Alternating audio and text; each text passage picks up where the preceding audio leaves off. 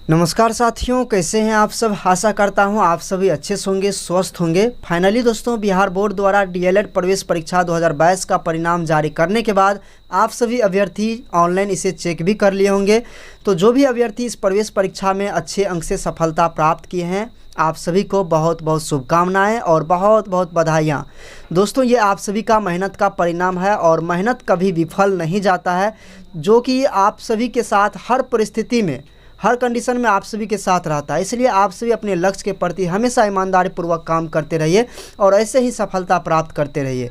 तो आज के इस वीडियो में हम जानेंगे बिहार डीएलएड प्रवेश परीक्षा में जो आप अंक प्राप्त किए हैं, उस अंक के आधार पर आपको कैसे कॉलेज मिलेगा, कैसे एडमिशन होगा, क्या काउंसलिंग की प्रक्रिया है, कब से शुरू होगी, वो सारी चीज़ें डिस्कस करेंगे। बहुत सारे कमेंट आ रहा है कि हम फेल कर गए हैं या पास कर गए हैं, या फिर हमको इतना नंबर मिला है तो हमको गवर्नमेंट कॉलेज मिलेगा या नहीं मिलेगा।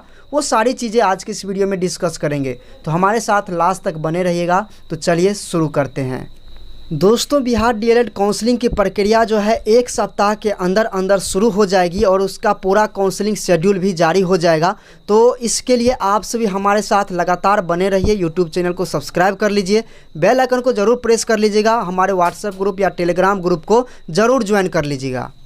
तो सबसे पहले बात कर लेते हैं दोस्तों, अब आगे की प्रक्रिया क्या रहने वाली है। जैसे ही रैंक कार्ड आप सभी डाउनलोड कर लिए हैं, ये स्कोर कार्ड है। इस स्कोर कार्ड में आपको पता चलता है कि आपके कैटेगरी में आपका रैंक कितना है और जनरल कैटेगरी में आपका रैंक कितना है।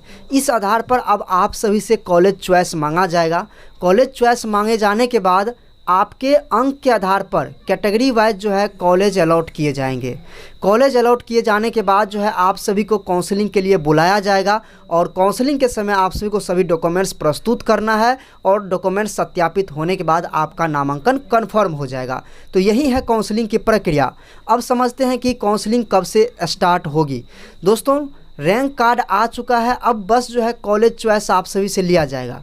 ठीक है, तो कॉलेज चॉइस अब किस तरीके से लिया जाता है वो हम आप सभी को आगे अपडेट कर देंगे। जब भी अपडेट आता है वैसे आप सभी को एक ओवरव्यू दे दें कि आपसे जो है पहले रजिस्ट्रेशन करवाया जा सकता है। रजिस्ट्रेशन करवाने के बाद जो है आप सभी से कॉलेज चॉइस लिया जा सकता है। जब तक आप कॉलेज चॉइस नहीं देंगे तब तक आपको कॉलेज अलॉट कैसे करेगा। और इसमें लिमिटेशन रहेगा कि आप 10 कॉलेज चॉइस कर सकते हैं या 12 कॉलेज चॉइस कर सकते हैं या 20 कॉलेज चॉइस कर सकते हैं। तो इसमें जो है 12 से लेकर 15 या 20 कॉलेज चॉइस करने का ऑप्शन आप सभी को मिलेगा। आप पूरे राज्य के किसी भी गवर्नमेंट कॉलेज को चॉइस कर सकते हैं, किसी भी प्राइवेट कॉलेज को चॉइस कर सकते हैं। इसमें कोई पाबंदी नहीं है कि केवल आप अपने डिस्ट्रिक्ट के गवर्नमेंट कॉलेज को ही चॉइस कर सकेंगे। ठीक है, तो ये सारी चीज़ें हैं। अब हम समझते हैं कि आपका कितना रैंक है कैटेगरी में और कितना रैंक है आपका जनरल में, जो कि आपको कॉलेज अलॉट हो जाएगा। गवर्नमेंट कॉलेज की बात करेंगे प्रथम राउंड का। इसके अलावा दोस्तों, आप सभी का यह कमेंट है कि हम पास किए हैं या फेल किए हैं। दोस्तों, आप सभी को बता दें कि जब आप इस रिजल्ट कार्ड को देखे होंगे तो वहाँ पर लिखा हुआ है कि डाउनलोड स्कोर कार्ड, और आप सभी को स्कोर कार्ड मिला है, न कि रिजल्ट कार्ड मिला है। रिजल्ट कार्ड में आपको पास या फेल का कोई सिंबल नहीं मिला है। स्कोर कार्ड में बस आपको इतना पता चला है कि आपने कितना स्कोर किया है, यानी कि आप कितने पोजीशन पर हैं कैटेगरी में, कितने पोजीशन पर हैं आप जनरल में, और कितना स्कोर किए हैं वो मार्क्स आपको दिखा रहा है। तो पास फेल की यहाँ पर कोई बात नहीं है, आपका कितना भी नंबर है और उस आधार पर आपको जो है कॉलेज चॉइस का मौका मिलेगा, काउंसलिंग में भाग लेने का मौका मिलेगा। हाँ, ये होगा जिसका अच्छा मार्क्स है उसको ज़्यादा चांस है कि उसको कॉलेज मनपसंद मिल सके। बाकी अगर सीटें खाली रहती है तो जो नीचे के स्टूडेंट हैं इनको भी काउंसलिंग के बाद जो है एडमिशन का मौका मिल सकता है। तो चलिए अब समझ लेते हैं कि कितने नंबर पर कौन सा कॉलेज आप सभी को मिलेगा। और आप जिस कैटेगरी के स्टूडेंट हैं तो ज़रूर आगे इस वीडियो को देखते रहिए, आगे हम आप सभी को और भी प्रक्रिया बताते हैं। तो जैसा कि दोस्तों आप सभी अपने स्क्रीन पर देख सकते हैं, यहाँ पर आपके द्वारा किए गए कमेंट के आधार पर हमने डेटा एनालाइज करके रखा है। यहाँ पर आप सभी देखेंगे जो आपका कैटेगरी है, आप किस कैटेगरी के स्टूडेंट हैं, आप कैटेगरी में कितना पोजीशन प्राप्त किए हैं, जनरल कैटेगरी में कितना पोजीशन आप प्राप्त किए हैं और कितना स्कोर आप किए हैं, कितना मार्क्स आप प्राप्त किए हैं। पास फेल यहाँ पर मार्क्स का कोई भी डिफिनेशन नहीं दिया गया है, कोई भी यहाँ पर सिंबल नहीं दिया गया है। तो यहाँ पर जो आपके द्वारा जो कमेंट किया गया है इस आधार पर हम आप सभी को बता रहे हैं। जो एक स्टूडेंट है एसटी कैटेगरी के जो अपने कैटेगरी में फर्स्ट पोजीशन प्राप्त किए हैं, और जनरल कैटेगरी में यहाँ पर देखेंगे 15 रैंक इन्होंने प्राप्त किया है। इसका मतलब इसके ऊपर जो है 14 और स्टूडेंट होगा, तो मतलब टॉपर स्टूडेंट में से है। और इन्होंने कितना अंक प्राप्त किया है, तो 369.27777 इस तरीके से प्राप्त किया है। तो यहाँ पर देखेंगे दशमलव के बाद जो है फिर भी अंक है, इसका मतलब है यहाँ पर है जो है नॉर्मलाइजेशन की प्रक्रिया अपनाई गई है, जिसके वजह से यहाँ पर सेम क्वेश्चन सही होने के बावजूद भी, सेम अंक प्राप्त होने के बावजूद भी यहाँ पर देखेंगे डिफरेंस हुआ है। बहुत सारे स्टूडेंट में डिफरेंस हुआ है, हम आप सभी को आगे भी बताएंगे। तो यहाँ पर नॉर्मलाइजेशन की प्रक्रिया भी हुई है। यहाँ पर अगर आप देखेंगे दूसरे नंबर पर जो स्टूडेंट है ये अपने कैटेगरी में 61वां नंबर पे है और 236 पोजीशन प्राप्त किए जनरल से। इसका अंक कितना है, तो 300 अंक आया हुआ है। इसका मतलब टॉप 10 स्टूडेंट जो होंगे उसका 370 प्लस अंक इन्होंने प्राप्त किया। तो ये टॉपर का आपको पता चल गया कि 370 प्लस अंक उन्होंने प्राप्त किया है।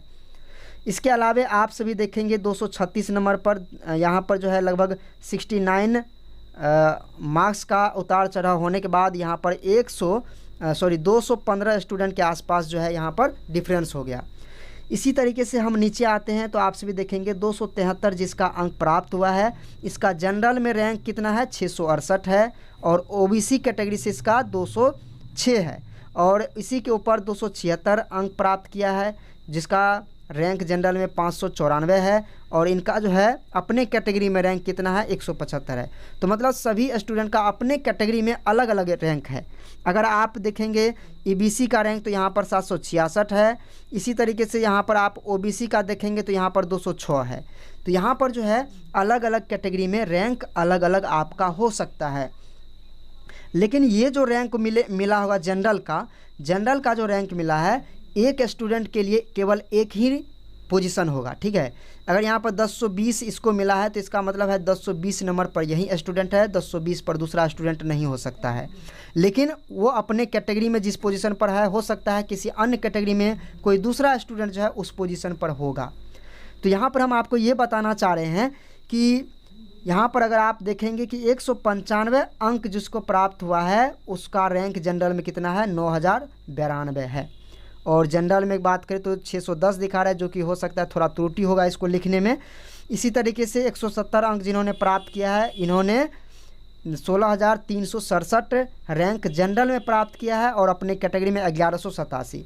तो ये जो 16,367 रैंक प्राप्त किया है, इसके ऊपर जो है 16,366 स्टूडेंट मौजूद हैं जो एडमिशन लेने के लिए तैयार हैं। तो अब इसी में कंपटीशन होने वाला है। तो ये चीज़ें आप समझ गए। अब यहाँ पर हम आपको दिखाते हैं और नीचे भी आकर यहाँ पर आपसे भी देखेंगे। यहाँ पर देखिए जिसका 105 अंक प्राप्त हुआ है, इसका जो है 60,446 रैंक जनरल में हुआ है। और टोटल सीट कितना है दोस्तों, टोटल सीट जो है यहाँ पर 28,000 के आसपास सीटें हैं। सॉरी दोस्तों, यहाँ पर जो है 30,700 सीटें हैं, ठीक है। तो 30,700 स्टूडेंट का ही नामांकन होगा और इसके नीचे जो भी स्टूडेंट आता है उसका नामांकन नहीं हो पाएगा। तभी हो पाएगा जब कॉलेज चॉइस में अंतर हो सकता है, ठीक है। वो सारी चीज़ें भी हम आपको बताएंगे। कॉलेज चॉइस के डिफरेंस की वजह से यहाँ पर जिसका रैंक बहुत ज़्यादा भी है उसका भी एडमिशन हो सकता है। जिसका अच्छा रैंक है, कॉलेज चॉइस अगर अच्छा से नहीं किया तो उसका आप कह सकते हैं कि कॉलेज उसको नहीं भी मिल सकता है। तो ऐसा है। अब यहाँ पर हम आपको एक चीज़ और दिखाते हैं। यहाँ पर आप सभी देखेंगे जो टोटल कॉलेज की संख्या है वो कितना है, 306 है, जिसमें 30,700 सीटें हैं। 59 गवर्नमेंट है जिसमें 9100 सीटें हैं। बाकी 247 कॉलेज है प्राइवेट जिसमें 21,600 सीट है। तो अब जो यहाँ पर जो है एडमिशन होगा गवर्नमेंट कॉलेज में वो 9100 सीटों पर ही होगा, जो कि ऑल ओवर बिहार में है। बहुत सारे स्टूडेंट ऐसे हैं जो सोचेंगे कि केवल अपने डिस्ट्रिक्ट में अप्लाई कर पाएंगे या फिर अन्य डिस्ट्रिक्ट में भी। तो आप हर डिस्ट्रिक्ट में अप्लाई कर सकते हैं, कोई भी स्टूडेंट कहीं का भी कॉलेज चॉइस कर सकते हैं। तो यहाँ पर जो है हो सकता है कि जो आपके डिस्ट्रिक्ट में डायरेक्ट कॉलेज है, ठीक है, उसी को जो है मैक्सिमम स्टूडेंट जो है चॉइस कर लिया। बाकी जो एक और कॉलेज है उसको बहुत कम स्टूडेंट कॉलेज चॉइस किया। तो कंपटीशन बढ़ेगा किस पर, कॉलेज चॉइस डिपेंड करेगा, ठीक है। कॉलेज चॉइस बहुत बड़ा कह सकते हैं प्रभाव डालेगा कि किस पर जो है कंपटीशन बढ़ेगा या घटेगा। इसलिए जो स्टूडेंट मतलब कि जहाँ पर बहुत कम संख्या में भीड़ होगी वहाँ पर अगर ज़्यादा अंक वाले स्टूडेंट या कम अंक वाले स्टूडेंट भी कॉलेज चॉइस करते हैं तो उसको आसानी से कॉलेज अलॉट हो सकता है। तो ये हो सकता है। अब यहाँ पर हम आपको बताते हैं अगर आपका कितना अंक है तो कन्फर्म है कि आपको कॉलेज फर्स्ट राउंड में अलॉट हो जाएगा। हम इससे पहले भी आप सभी को बताए हैं। देखिए दोस्तों, 40% जनरल के लिए सीटें आरक्षित है जिसका वैल्यू हो जाता है 3640। ठीक है, 3640 तक अगर आपका जनरल में रैंक है तो आप कंफर्म रहिए कि आपका एडमिशन पक्का है, हो ही जाएगा, काउंसलिंग हो ही जाएगा, कॉलेज अलॉट हो ही जाएगा। ठीक है। अब यहाँ पर बहुत सारे स्टूडेंट बोलेंगे इससे ज़्यादा है उसका क्या होगा। दोस्तों, अगर आपका इससे ज़्यादा भी रैंक है ना, कह सकते हैं अगर आपका 9100 भी रैंक है तो भी आपका चांस है कि आपको कॉलेज अलॉट हो सकता है, गवर्नमेंट कॉलेज अलॉट हो सकता है। कैसे? इसके आप देखिए यहाँ पर जितना स्टूडेंट होगा वो अपने कैटेगरी में भी तो रैंक प्राप्त किए होंगे ना। जनरल में मान लीजिए कि किसी का 3000 रैंक है तो निश्चित रूप से उसका कैटेगरी में जो होगा 1000 से नीचे रैंक होगा। हो सकता है उसको कैटेगरी से ही कॉलेज अलॉट हो जाए तो ये सीटें खाली बच जाएगी, तो जो पीछे का स्टूडेंट होगा उसको भी मौका मिलेगा। तो ऐसा होगा। इसके अलावा अब हम बात कर लेते हैं कैटेगरी में जो BC के लिए 12% सीट आरक्षित है, मतलब 1092 सीट है टोटल गवर्नमेंट कॉलेज में। तो इसका मतलब इतना तक अगर आपका रैंक बनता है BC से तो निश्चित है कि आपको जो है कॉलेज अलॉट हो सकता है, लेकिन कॉलेज चॉइस पर डिपेंड करेगा। अगर जहाँ पर ज़्यादा भीड़ हुआ वहाँ पर आप भी अप्लाई कर दिए तो हो सकता है कि वहाँ पर कंपटीशन और बढ़ जाए। बहुत कॉलेज ऐसे होंगे जहाँ पर कम चॉइस जाएगा तो कम नंबर वाले को भी, मतलब जिसका रैंक इससे ज़्यादा है उसको भी कॉलेज अलॉट हो जाए, जिसका रैंक इससे कम है उसको ना हो अलॉट। तो कॉलेज चॉइस बहुत बड़ा मैटर रखता है, तो इसको आप सभी ध्यान में रखेंगे। काउंसलिंग जो है कहें तो 1 सप्ताह के अंदर अंदर शुरू हो जाएगी। हम आप सभी को लगातार अपडेट करते रहेंगे काउंसलिंग प्रक्रिया के संबंध में, पूरी जानकारी देते रहेंगे। इसलिए हमारे साथ जुड़े रहिए, वीडियो को लाइक कीजिए, नए साथी तो चैनल को सब्सक्राइब कीजिए। इसके अलावा दोस्तों यहाँ पर हम बात कर लेते हैं, अगर आपका EBC कैटेगरी से हैं 1638 रैंक के आसपास है या इससे कम है तो निश्चित रूप से आपको जो है कॉलेज अलॉट हो जाएगा। EWS की बात करें 910 के अंदर अगर आपका रैंक बनता है तो आसानी से कॉलेज अलॉट हो जाएगा। इसके अलावा अगर आपका इससे ज़्यादा भी है तो भी चांस है आपको कॉलेज अलॉट हो सकता है, लेकिन वो कॉलेज चॉइस पर डिपेंड करेगा। इसके अलावा 1456 सीटें देखेंगे कि SC कैटेगरी में, चूँकि इसको जो है 16% सीटें आरक्षित है। अगर आपका इतना रैंक तक है आपके कैटेगरी में तो आसानी से कॉलेज अलॉट हो जाएगा। ज़्यादा भी है रैंक, यानी कि कह सकते हैं 1500 भी है, 1600 भी है या 2000 के आसपास भी रैंक है तो भी आपको कॉलेज अलॉट हो सकता है। इस राउंड में नहीं तो अगले राउंड में, अगले राउंड में नहीं तो थर्ड राउंड में, इस तरीके से। इसी तरीके से अगर आप ST कैंडिडेट हैं तो 91 तक अगर आपका रैंक है तो आसानी से हो ही जाएगा। अगर इससे ज़्यादा भी है, 100 भी है, 100 भी है, 150 भी है तो भी आपको कॉलेज अलॉट हो सकता है वो अगले राउंड तक। इसके अलावा हैंडीकैप के लिए 5% सीटें आरक्षित है। तो यहाँ पर जो 5% सीटें आरक्षित है यहाँ पर थोड़ा कन्फ्यूजन है कि चूँकि यहाँ पर तो 100% हो, चूँकि WBC भी 3% है, 100% तो हो गया, तो 5% जो होगा SMQ कोटा भी है सैनिक के लिए भी, इसके बाद हैंडीकैप भी है। तो सभी में से जो है छांट लिया जाएगा, मतलब कि ऑल कैटेगरी में से कुछ सीटें छांट कर इन सबको भी दिया जाएगा। तो इस तरीके से दोस्तों अगर आपका जो गर्ल्स कैंडिडेट हैं WBC हैं तो इनके लिए 273 सीटें आरक्षित है। ठीक है, 273 तक में अगर आपका रैंक बनता है आपके कैटेगरी में WBC में तो आसानी से कॉलेज अलॉट हो जाएगा। अब जो है बहुत सारे स्टूडेंट ऐसे होंगे कि जो इसके अंदर होंगे लेकिन उसको दूसरे कह सकते हैं कि जनरल से भी कॉलेज अलॉट हो सकता है, बहुत सारे ऐसे स्टूडेंट होंगे तो यहाँ पर जो है सीटें वैकेंट होगा तो नीचे वाले को मौका मिलेगा। तो ये प्रक्रिया होगी। तो यहाँ पर कोई फिक्स नहीं है कि आपको जो है इतना या फिर कहे तो इससे ज़्यादा है तो अलॉट हो ही जाएगा, आपको समझना होगा पूरी प्रक्रिया को। तो ये चीज़ें हैं। अब दोस्तों बात कर लेते हैं एक सप्ताह में जो काउंसलिंग की प्रक्रिया शुरू होने वाली है उसमें क्या क्या डॉक्यूमेंट्स आप सभी को लगेगा जो पहले से आपको तैयार करके रखना है। इसके लिए आपको अपना कोई भी गूगल ब्राउज़र को ओपन कर लेना है और आप सभी को सर्च कर लेना है koshistudy.com। आप देख लीजिए, इसी तरीके से सर्च कर लेना है।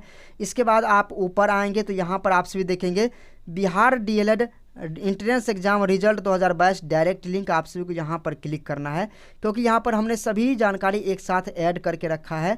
तो यहाँ से आप सभी जानकारी